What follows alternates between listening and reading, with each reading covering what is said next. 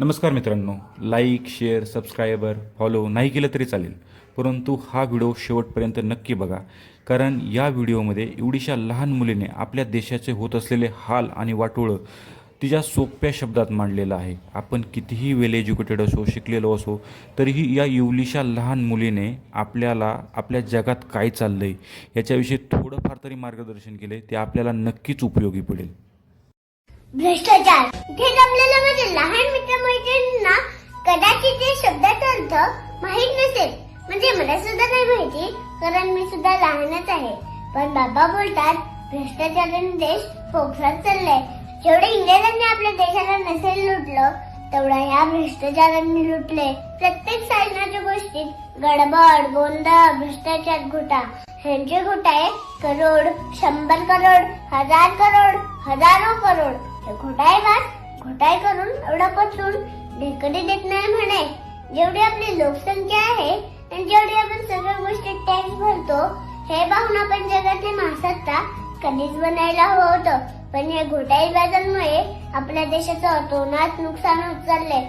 जे आपल्या देशासाठी लढले, ज्यांनी आपल्या देशासाठी आपल्या प्राणांची आहुती दिली, त्यांच्या डोक्यात दिवसाचं एकच गोष्ट असेल, माझा भारत स्वतंत्र कसा होईल.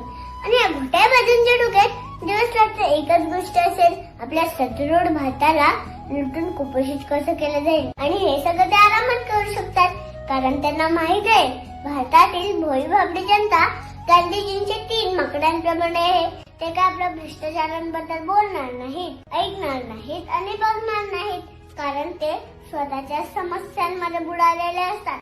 बरेच लोक देशाला सामान्य जनतेला लुटून परदेशात सेटल होतात. ह्या भ्रष्टाचाराबद्दल बाबा थोडे शिकवत असतात, पण मला तर जास्त काही कळत नाही, कारण मी तर लहानच आहे ना.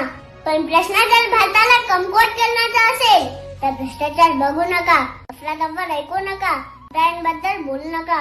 असलं माकड बनून जगायला मला चालणार नाही. माझ्यासाठी राष्ट्र प्रथम, राष्ट्र सर्वोत्तम. मी या व्यवस्थेविरुद्ध नक्की लढेल.